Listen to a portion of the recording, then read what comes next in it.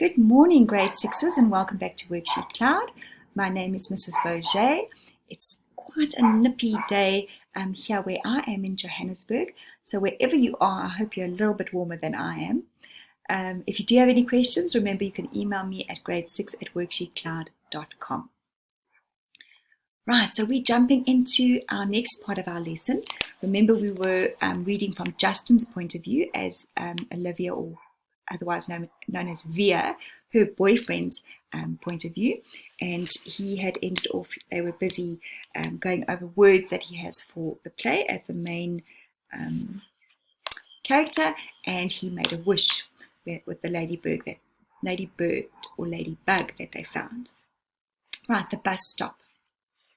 Olivia's mum, Augie, Jack and Daisy came down the stoep just as I'm saying goodbye to Olivia. Slightly awkward since we are in the middle of a nice long kiss. Oops. Hey guys, says Mom, pretending not to see anything, but the two boys are giggling. Hi, Mrs. Pullman. Please call me Isabel. Justin, she says again. It's like the third time she's told me this, so I really need to start calling her that. I'm heading home, I say, as if to explain. Oh, are you heading to the subway? She says, following the dog with a newspaper. Can you walk Jack to the bus stop? No problem. That's okay with you, Jack? The mom asks, and he shrugs. Justin, can you stay with him till the bus comes? Of course. We say our goodbyes. Olivia winks at me. You don't have to stay with me, says Jack, as we're walking up the block. I take the bus by myself all the time. Augie's mum is way too protective. He's got a low, gravelly voice, like a little tough guy. He kind of looks like one of those little rascal kids in old black and white movies, like he should be wearing a newsboy cap and knickers. We get to the bus stop, and the schedule says the bus will be there in 8 minutes. I'll wait with you, I tell him. Up to you, he shrugs. Can I borrow $1? I want some gum. I fish $1 out of my pocket and watch him cross the street to the grocery store on the corner. He seems too small to be walking around by himself somehow. Then I think how I was that young when I was taking the subway by myself. Way too young. I'm going to be an overprotective dad someday, I know it. My kids are going to know I care. I'm waiting there a minute or two when I notice 3 kids walking up the block from the other direction. They walk right past the grocery store, but one of them looks inside and nudges the other 2, and they all back up and look inside. I can tell they're up to no good, all elbowing each other, laughing. One of them is Jack's height, but the other 2 look much bigger, more like teens. They hide behind the fruit stand in front of the store, and when Jack walks out, they trail behind him, making loud throw-up noises. Jack casually turns around the corner to see who they are, and they run away, high-fiving each other and laughing. Little jerks. Jack crosses the street like nothing happened, and stands next to me at the bus stop, blowing a bubble. Friends of yours? I finally say. Ha ha, he says. He's trying to smile, but I can see he's upset. Just some jerks from my school, he says. A kid named Julian and his 2 gorillas, Henry and Miles. Do they bother you like that a lot? No, they've never done that before. They'd never do that in school, or they get kicked out. Julian lives 2 blocks from here, so I guess it was just bad luck running into him. Oh, okay, I nod. It's not a big deal, he assures me. We both automatically look down Amesforth Avenue to see if the bus is coming. We're sort of in a war, he says after a minute, as if that explains everything. Then he pulls out this crumpled piece of loose leaf paper from his jean pocket and gives it to me. I unfold it, and it's a list of names in 3 columns. He's turned the whole grade against me, says Jack. Not the whole grade, I point out, looking down at the list. He leaves me notes in my locker that say stuff like, everybody hates you. You should tell your teacher about that. Jack looks at me like I'm an idiot and shakes his head. Anyway, you have all these neutrals, I say, pointing to the list. If you get them on your side, things will even up a bit. Yeah, well, that's really going to happen, he says sarcastically. Why not? He shoots me another look like I'm absolutely the stupidest guy he's ever talked to in the world. What? I say. He shakes his head like I'm hopeless. Let's just say, he says, I'm friends with someone who isn't exactly the most popular kid in the school. Then it hits me. What he's not coming out and saying. August. This is all about his being friends with August, and he doesn't want to tell me because I'm the sister's boyfriend. Yeah, of course, it makes sense. We see the bus coming down Ames 4th Avenue. Well, just hang in there, I tell him, handing back the paper. Middle school is about as bad as it gets, and then it gets better. Everything will work out. He shrugs and shoves the list back into his pocket. We wave by when he gets on the bus, and I watch it pull away. When I get to the subway station 2 blocks away, I see the same 3 kids hanging out in front of the bagel place next door. They're still laughing and yucking each other like they're some kind of gangbangers, little rich boys in expensive skinny jeans acting tough. Don't know what possesses me, but I take my glasses off, put them in my pocket, and tuck my fiddle case under my arm so the pointy side is facing up. I walk over to them, my face scrunched up, mean-looking. They look at me, laughs dying on their lips when they see me, ice cream cones at odd angles. Yo, listen up. Don't mess with Jack, I say really slowly, gritting my teeth. My voice all Clint Eastwood, tough guy. If you haven't seen Clint Eastwood, he's in all the cowboy movies. Mess with him again, and you will be very, very sorry. And then I tap my fiddle case for effect. Got it? They nod in unison, ice cream dripping onto their hands. Good. I nod mysteriously, then sprint down the subway 2 steps at a time. Rehearsal. The play is taking most of my time as we get closer to opening night. Lots of lines to remember, long monologues where it's just me talking. Olivia had this great idea though, and it's helping me. I have my fiddle with me on stage and I play it a bit while I'm talking. It's not written that way, but Mr. Davenport thinks it adds an extra folksy element to have the stage manager plucking on a fiddle. And for me, it's so great because whenever I need a second to remember my next line, I just start playing a little soldier's joy on my fiddle, and it buys me some time. I've gotten to know the kids in the show a lot better, especially the pink-haired girl who plays Emily. Turns out she's not nearly as stuck-up as I thought she was, given the crowd she hangs out with. Her boyfriend's this built jock who's a big deal on the varsity sports circuit at school. It's a whole world that I have nothing to do with, so I'm kind of surprised that this Miranda girl turns out to be kind of nice. One day we're sitting on the floor backstage waiting for the tech guy to fix the main spotlight. So how long have you and Olivia been dating? She asks out of the blue. About 4 months now, I say. Have you met her brother? She asks casually. It's so unexpected that I can't hide my surprise. You know Olivia's brother? I ask. Via didn't tell you. We used to be good friends. I've known Augie since he was a baby. Oh yeah, I think I knew that, I answered. I don't want to let on that Olivia has not told me any of this. I don't want to let on how surprised I am that she called her Via. Nobody but Olivia's family calls her Via, and here this pink-haired girl, who I thought was a stranger, is calling her Via. Miranda laughs and shakes her head, but she doesn't say anything. There's an awkward silence, and then she starts fishing through her bag and pulls out her wallet. She rifles through a couple of pictures and then hands one to me. It's of a little boy in a park on a sunny day. He's wearing shorts and a t-shirt and an astronaut helmet that covers his entire head. It was like 100 degrees that day, she says, smiling at the picture. But he wouldn't take that helmet off for anything.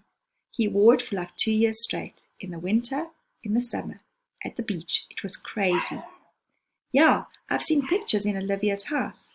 I'm the one who gave him the helmet, she says. She sounds a little proud of that. She takes the picture and carefully inserts it back into her wallet. Cool, I answer. So you're okay with it? She says, looking at me.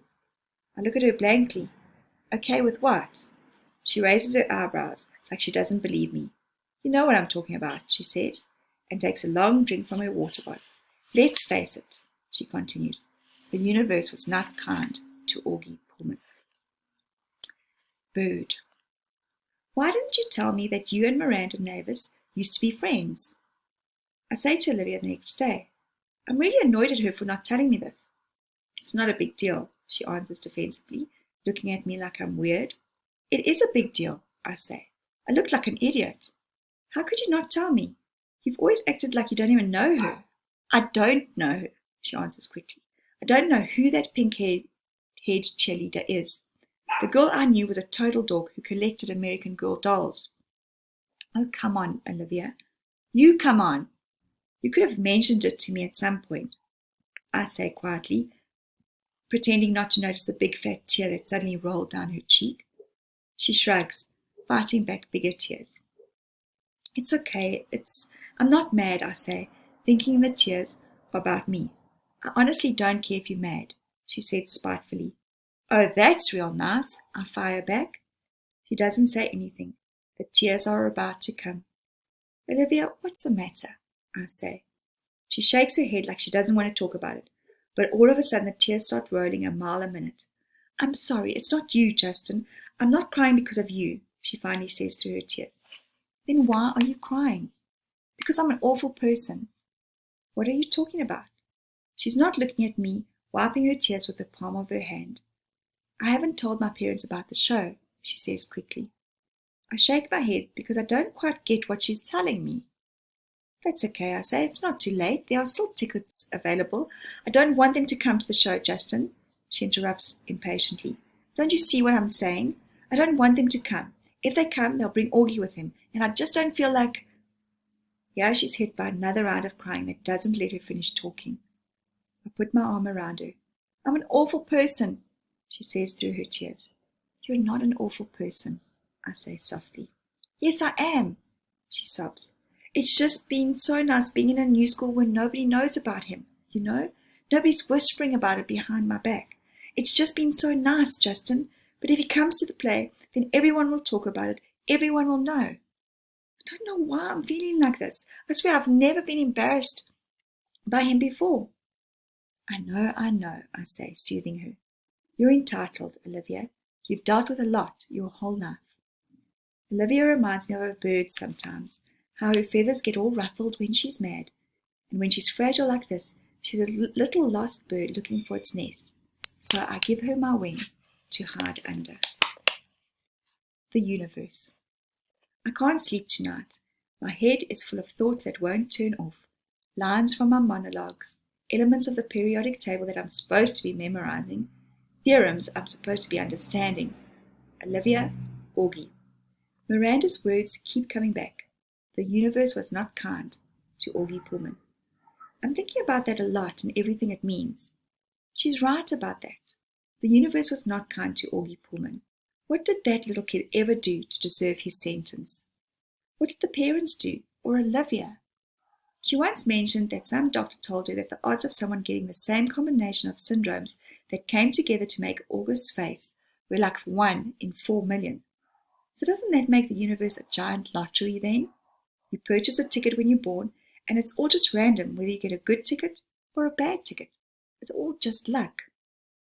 My head swirls on this, but then softer thoughts soothe, like a flattered third on a major chord. No, it's not all random. If it was really all random, the universe would abandon us completely, and the universe doesn't. It takes care of its most fragile creations in ways we can't see, like the parents who adore you blindly, and a big sister who feels guilty for being human over you, and a little gravelly-voiced kid whose friends have left him over you, and even a pink-haired girl who carries your picture in her wallet. Maybe it is a lottery, but the universe makes it all even out in the end. The universe takes care of all its birds. And I just want to encourage you, whether your life is great at the moment or not, whether you're struggling with things, don't give up. You know, sometimes things are tough. And I've had times that have really been tough. And somehow you get, whether it's friends or parents or a break, there are blessings amidst the hardship. So I hope you remember that. Right, we're on to part 6. And this is from August's viewpoint. And there is a part from Hamlet, a play by Shakespeare, that says, "What a piece of work is a man, how noble in reason, how infinite in faculty, in form and moving, how express and admirable, in action, how like an angel, in apprehension, how like a god, the beauty of the world." Right, so the chapter next is called The North Pole. The Spud lamp was a big hit at the science fair. Jack and I got an A for it.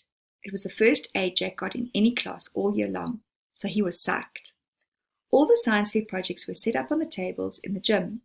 It was the same setup as the Egyptian Museum back in December, except this time there were volcanoes and molecule dioramas on the tables instead of pyramids and pharaohs. And instead of the kids taking our parents around to look at everyone else's artifacts, we had to stand by our tables while all the parents wandered around the room and came over to us one by one. Here's the maths on that one. 60 kids in the grade equals 60 set of parents, and doesn't even include grandparents. So that's a minimum of 120 pairs of eyes that found their way over to me. Eyes that aren't as used to me as their kids' eyes are by now. It's like how compass needles always point north, no matter which way you're facing. All those eyes are compasses, and I'm like the North Pole to them. That's why I still don't like school events that include parents. I don't hate them as much as I did at the beginning of the school year. Like the Thanksgiving Sharing Festival, that was the worst one, I think. That was the first time I had to face the parents all at once. The Egyptian Museum came after that, but that one was okay because I got to dress up as a mummy, and nobody noticed me. Then came the winter concert, which I totally hated because I had to sing in the chorus. Not only can I not sing at all, but it felt like I was on display. The New Year art show wasn't quite as bad, but it was still annoying. They put up our artwork in the hallways all over the school and had the parents come and check it out.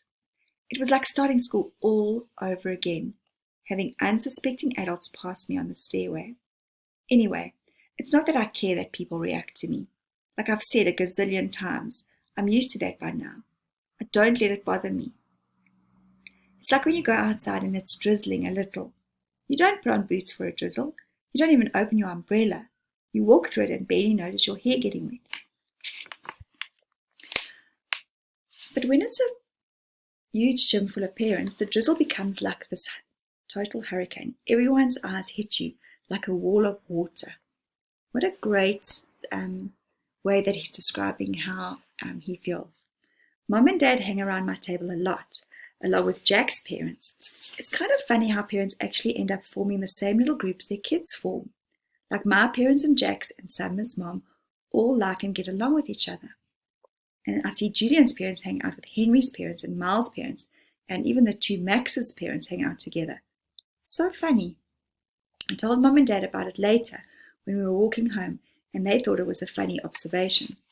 I guess it's true that like seeks like, says Mom.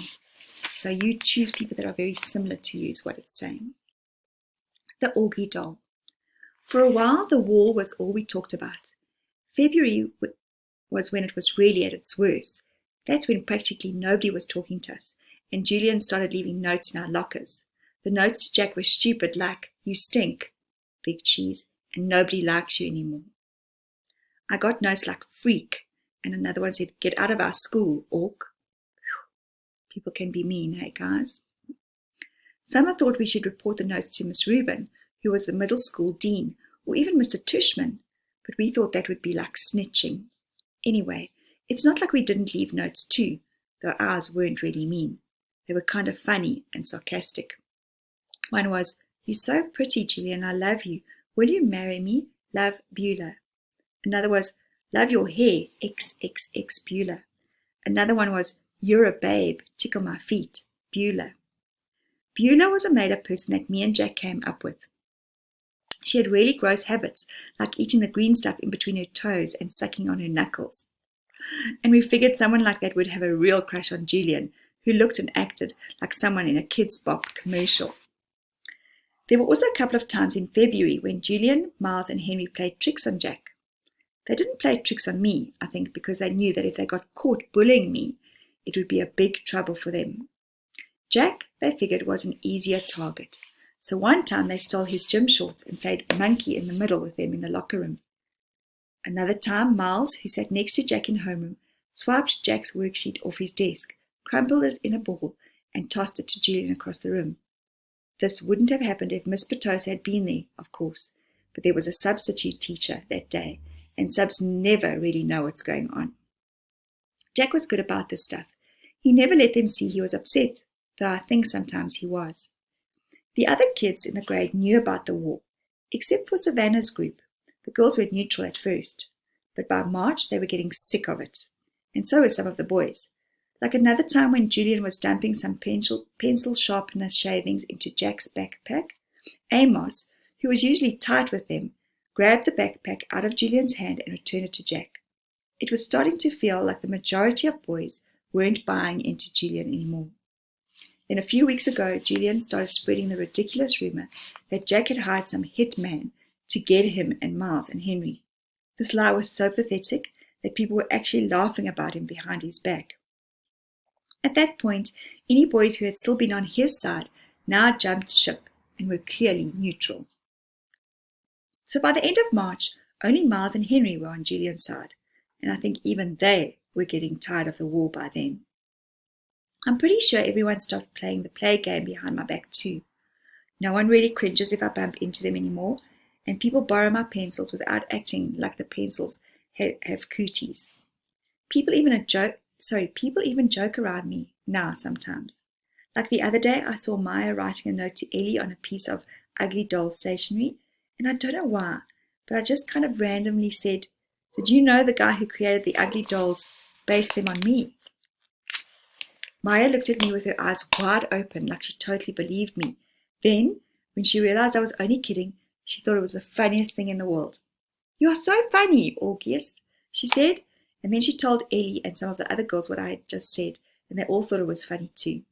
Like at first they were shocked, but then when they saw I was laughing about it, they knew it was okay to laugh about it too. And the next day I found a little ugly doll keychain sitting on my chair with a nice little note from Maya that said, "For the nicest Augie doll in the world. XO, Maya." 6 months ago, stuff like that would never have happened, but it happens now more and more. Also, people have been really nice about the hearing aids I started wearing. Lobot. Ever since I was little, the doctors told my parents that someday I'd need hearing aids. I don't know why this always freaked me out a bit, because anything to do with my ears bothers me a lot. My hearing was getting worse, but I hadn't told anyone about it. The ocean sound that was always in my head had been getting louder. It was drowning out people's voices, like I was underwater. I couldn't hear teachers if I sat in the back of the class, but I knew if I told Mom or Dad about it, I'd end up with hearing aids, and I was hoping I could make it through the 5th grade without that happening. But then in my annual checkup in October, I flunked the audiology test, and the doctor was like, "Dude, it's time." And he sent me to a special ear doctor who took impressions of my ears. Out of all my features, my ears are the ones I hate the most. They're like tiny closed fists on the sides of my face. They're too low on my head too. They look like squashed pieces of pizza dough sticking out on the top of my neck or something. Okay, maybe I'm exaggerating a little, but I really hate them. When the ear doctor first pulled the hearing aids out for me and Mom to look at, I groaned. "I am not wearing that thing," I announced, folding my arms in front of me. "I know they probably look kind of big," said the ear doctor, "but we have to attach them to the headbands because we have no other way of making them stay on your ears. See, normal hearing aids usually have a part that wraps around the outer ear to hold the inner bud in place. But in my case, since I don't have outer ears, they have to put the earbuds on this heavy-duty headband that was supposed to wrap around the back of my head." "I can't wear that, Mom," I whined. "You'll hardly notice them," said Mom, trying to be cheerful. "They look like headphones." "Headphones? Look at them, Mom," I said angrily. "I look like Lobot." "Which one is Lobot?" said Mom calmly. "Lobot?" The ear doctor smiled as he looked at the headphones and made some adjustments. "The Empire Strikes Back? The bald guy with the cool bionic radio transmitter thing that wraps around the back of his skull." "I'm drawing a blank," said Mom. "You know Star Wars stuff?" I asked the ear doctor. "No Star Wars stuff," he answered, slipping the thing over my head. "I practically invented Star Wars stuff." He leaned back in his chair to see how the headband fit and then took it off again. "Now, Augie, I want to explain what all this is," he said, pointing to the different parts of one of the hearing aids. "This curved piece of plastic over here connects to the tubing on the ear mold. That's why we took these impressions back in December, so that this part that goes inside your ear fits nice and snug. This part here is called the tone hook, okay? And this thing is a special part we've attached to this cradle here. The Lobot part, I said miserably. Hey, Lobot is cool, said the ear doctor. It's not like we're saying you're going to look like Jar Jar, you know. That would be bad. He slid the earphones on my head again carefully. There you go, August. So how's that? Totally comfortable, I said. You'll get used to them very quickly, he said. I looked in the mirror. My eyes started tearing up. All I saw were these tubes jutting out from either side of my head, like antennas. Do I really have to wear this? Mom, I said, trying not to cry. I hate them. They don't make any difference. Give it a second, buddy, said the doctor. I haven't even turned them on yet. Wait until you hear the difference. You'll want to hear them. No, I won't. And then he turned them on. Wow, my heart just actually breaks. Hearing brightly. How can I describe what I heard when the doctor turned on my hearing aids? Or what I didn't hear? It's too hard to think of words. The ocean just wasn't living inside my head anymore. It was gone. I could hear sounds like shiny lights in my brain. It was like when you're in a room where one of the light bulbs on the ceiling isn't working, but you don't realize how dark it is until someone changes the light bulb, and then you're like, whoa, it's so bright in here. I don't know if there's a word that means the same as bright in terms of hearing, but I wish I knew one because my eyes were hearing brightly now. How does it sound, Augie? Said the ear doctor. Can you hear me okay, buddy? I looked at him and smiled, but I didn't answer. Sweetie, do you hear anything different? Said Mom. You don't have to shout, Mom. I nodded happily. Are you hearing better? Said the ear doctor. I don't hear the noise anymore, I answered. It's so quiet in my ears. The white noise is gone, he said, nodding. He looked at me and winked. I told you you'd like what you heard, Augie. He made some adjustments on the left hearing aid. Does it sound very different, love? Mom asked. Yeah, I nodded. It sounds lighter. That's because you have bionic hearing now, buddy, said the doctor, adjusting the right side. Now touch here. He put my hand behind the hearing aid. Do you feel that? That's the volume. You have to find the volume that works for you. We're going to do that next. Well, what do you think? He picked up a small mirror and had me look in the big mirror at how the hearing aids looked at the back of my head. My hair covered most of the hearing band. The only part that peeked out was the tubing. Are you okay with your new bionic Lobot hearing aids? The ear doctor asked, looking at me in the mirror. Yeah, I said, thank you. Thank you so much, Dr. James, said Mom. The first day I showed up at school with the hearing aids, I thought kids would make a big deal of it. But no one did. Someone was glad I could hear better, and Jack said it made me look like an FBI agent or something. But that was it. Mr. Brown asked me about it in English, but it wasn't like, what the heck is that thing on your head? It was more like, if you ever need me to repeat something, or you make sure you tell me, okay? Now that I look back, I don't know why I was so stressed about it all the time. Funny how sometimes you worry a lot about something, and it turns out to be nothing. We're also going to stop there, guys. The next one is about Via's secret, which you want to come back and hear. I was just thinking about August now with this hearing aid contraption. And when I was younger, I had braces, but I had what they called headgear. And it was this thing that fitted over my head, and it had like a metal contraption in the front. And that was what needed to be attached in my mouth, but it needed to be secured on my head to make my teeth straight. And my teeth were quite bad. And I hated it. I was so embarrassed. And when I think now, when I'm reading this book about wonder, I just think, sure, how blessed are we? If you think about what you look like, sometimes you might have a pimple that bothers you, but put it into perspective with a boy like August. And there's lots of people around our world who have really difficult challenges to face. And so what I want you to do today, grade sixes, is just count your blessings. No matter what you're facing or what you're going through, find something that you can hold on to. That's a good thing. Okay, so we've come to the end of our lesson. I hope you've enjoyed it. there will be an activity for you, and you can email me any questions at grade6@worksheetcloud.com. And I'm grateful that you've been watching, grade 6s. This lesson was brought to you by Worksheet Cloud. Come on, say it with me. You know where I will be. Same time, same place. Bye, everybody.